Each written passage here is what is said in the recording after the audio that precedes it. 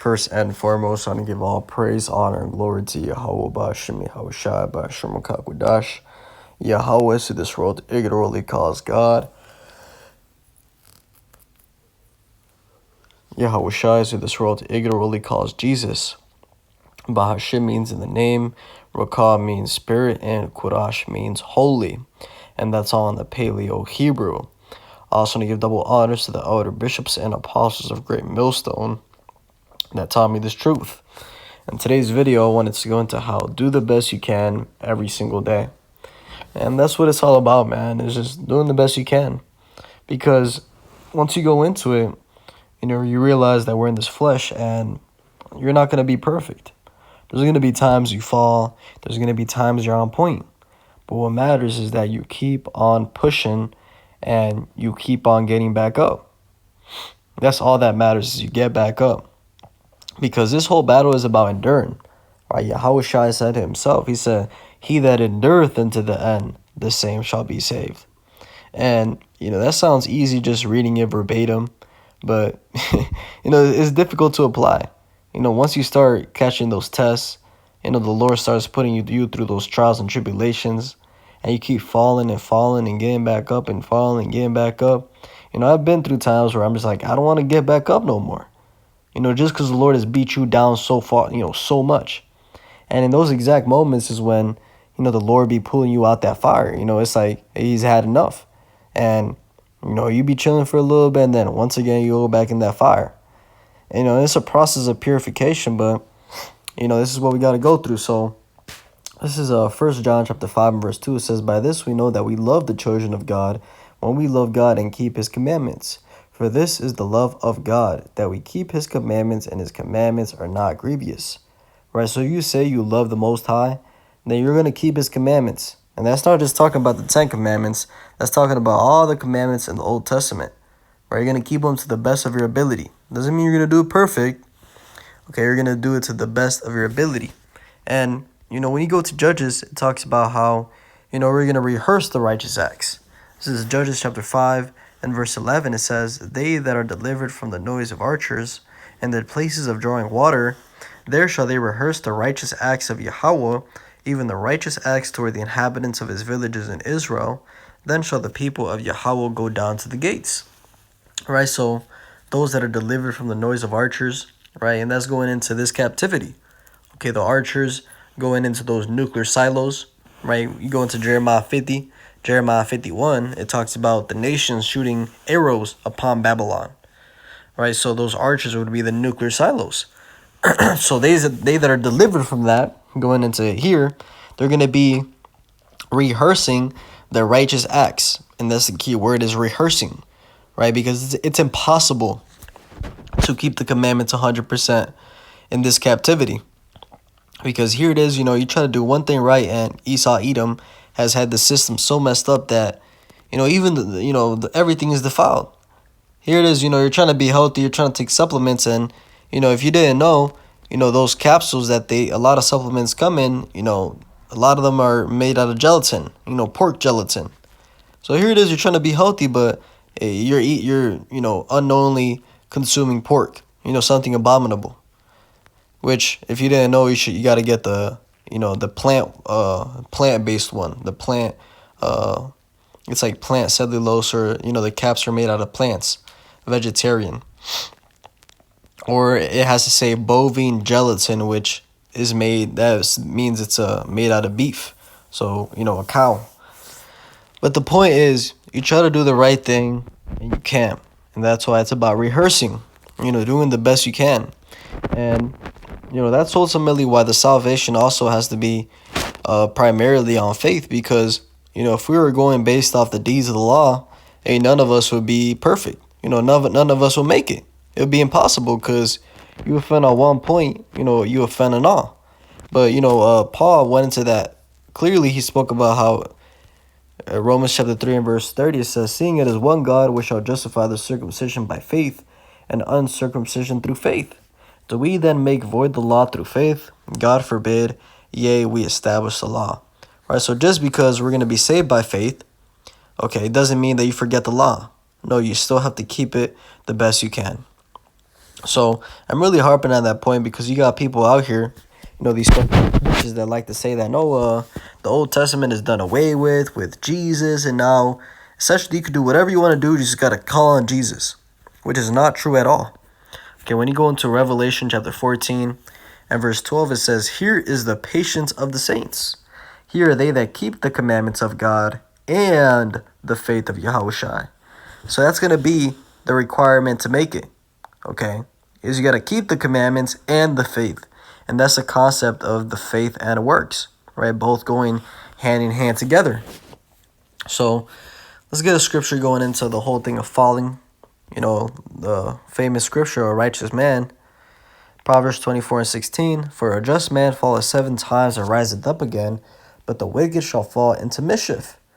Right? So 7 going into a complete time. A just man is going to fall, but he's going to get back up. And that's the distinguisher between the righteous and the wicked, is the just man is going to get back up. The wicked are just going to fall and keep falling and not even try to change. They're just going to give up, throw in the towel, which we can't be in that spirit, right? That spirit is, like Yahweh Shai said, that ain't no man putting his hand to the plow and looking back is fit for the kingdom of heaven. You can't just start plowing, working, and look back and give up and think you're going to make it. No, you got to keep on going, getting back up, and you got to fight. Is the real word. You got to fight, because this is a battle at the end of the day. Okay, it's a battle between the spirit and the flesh. Okay, and it says that the lust fights, or this flesh, right here, Galatians 5:16. It says, "This I say then, walk in the spirit, and ye shall not fulfill the lust of the flesh. For the flesh lusteth against the spirit, and the spirit against the flesh, and these are contrary the one to the other, so that ye cannot do the things that ye would." Right? So it's a constant battle between the spirit and the flesh. Your flesh wants the instant gratification, wants now, okay, wants these carnal pleasures. But the spirit, thinks about long term, discipline, thinks about sacrifice. So it's that battle. And the only way to be in the spirit is to do spiritual things, right? Fasting is a spiritual thing. You're depriving the flesh. Discipline is a spiritual thing. And you look as to, the structure of Babylon the Great, and everything is structured to please the flesh, right? Social media. And nowadays you got social media junkies where people are stuck on that phone, scrolling all day. And that's the flesh, the instant gratification, the now. I want it now. And, we gotta we gotta try to go as far from that spirit as possible. Tap into the spirit of waiting, of patience. You go into that word, patience, it goes into endure. It goes into make hard. Because when you wait, it's making your spirit harder. So, it says one more time, "For the flesh lusteth against the spirit, and the spirit against the flesh, and these are contrary the one to the other, so they cannot do the things that you would." Right? So it's a fight. And when you go into Ecclesiasticus chapter 2, one of my favorite chapters, this is going to give you the breakdown as to, how to act. Ecclesiasticus 2:1, "My son, if thou come to serve the Lord, prepare thy soul for temptation." Right? So you get ready to go through it because you're on the right path now. And Satan's going to try to do everything he can to get you off that path. It says, "Set thy heart aright and constantly endure, and make not haste in time of trouble. Cleave unto him." And actually, let me reread that. "Set thy heart aright and constantly endure, and make not haste in time of trouble." Right? So, put those feelings aside. Right? Put those feelings aside and just keep pushing. Okay, don't make emotional decisions. And make not haste in time of trouble. Don't try to get out of whatever you're jamming. Don't try to make it faster. Just endure it. And, the scriptures talk about how, no man entangleth himself with the affairs of this world, being a soldier to Yahweh Shai.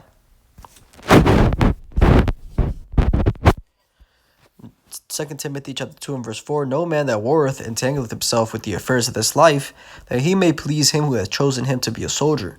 Right? So we soldiers of Yahweh Shai HaMashiach. And if you in this thing for real, you can't be entangled in the affairs of this life. You can't be wrapped up on all these worldly shit and let it get to you. Let it, sift you at the truth. Because, things are going to happen. You're going to be broke.